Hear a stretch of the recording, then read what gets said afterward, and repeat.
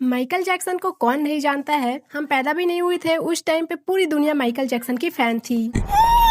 लेकिन अभी कुछ टाइम पहले ही माइकल जैक्सन के ऊपर एक फिल्म आई है जिसकी कास्टिंग इतनी परफेक्ट है कि माइकल जैक्सन के लिए उस एक्टर को कास्ट किया गया जो रियल लाइफ में माइकल जैक्सन का भतीजा लगता है। लेकिन इस फिल्म में अगर म्यूजिक की बात की जाए तो म्यूजिक इतना तगड़ा है कि पब्लिक थिएटर में नाच रही थी। जबकि इस फिल्म की हाइप देख सकते हो। आज के टाइम पर माइकल जैक्सन के इतने फैंस हैं जो इस फिल्म के लिए ब्लैक में टिकट खरीद रहे हैं। लेकिन इसकी स्टोरी में थोड़ा मिस्टेक है क्योंकि जिस टाइम पर क्रिस्टोफर नोलन ओपनहाइमर मूवी आई थी जिसमें क्रिस्टोफर नोलन ने एकदम खुल के दिखाया था कि ओपनहाइमर अपनी जिंदगी को किस तरह जीता था, लेकिन माइकल जैक्सन की जिंदगी में जितनी कंट्रोल से हुई उसको भी फिल्म में दिखानी चाहिए क्योंकि बायोग्राफी फिल्म का यही मतलब है कि सब कुछ सच्चाई दिखाई जाए। लेकिन इस फिल्म का सेकंड पार्ट भी आएगा तो हो सकता है उसमें ये लोग लफड़ा दिखाए। वैसे इस फिल्म के बारे में आपको क्या लगता है कमेंट करके जरूर बताना और चैनल पे नए हो तो सब्सक्राइब भी कर लेना।